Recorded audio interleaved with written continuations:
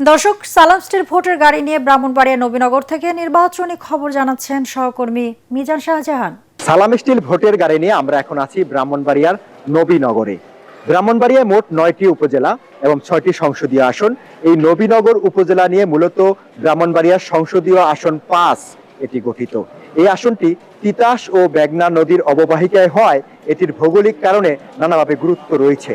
এই আসনে কেমন চলছে ভোটের হিসেব নিকেশ তা জানার জন্য আমরা কথা বলার চেষ্টা করব আমাদের ব্রাহ্মণবাড়িয়া জেলা প্রতিনিধি সহকর্মী ইসাক সুমনের সঙ্গে। ব্রাহ্মণবাড়িয়া 5 আসনের মধ্যে বিএনপি এবং জামাতের যে প্রার্থী আছেন ওনাদের মধ্যে হবে।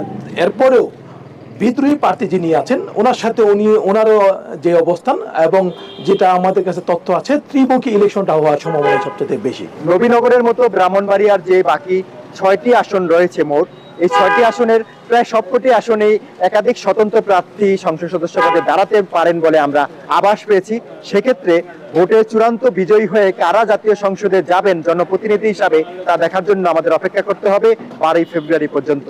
এই মুহূর্তে সালাম স্টিল ভোটের গাড়ি নিয়ে নবীনগরে এই ছিল আমার কাছে সবশেষ খবর।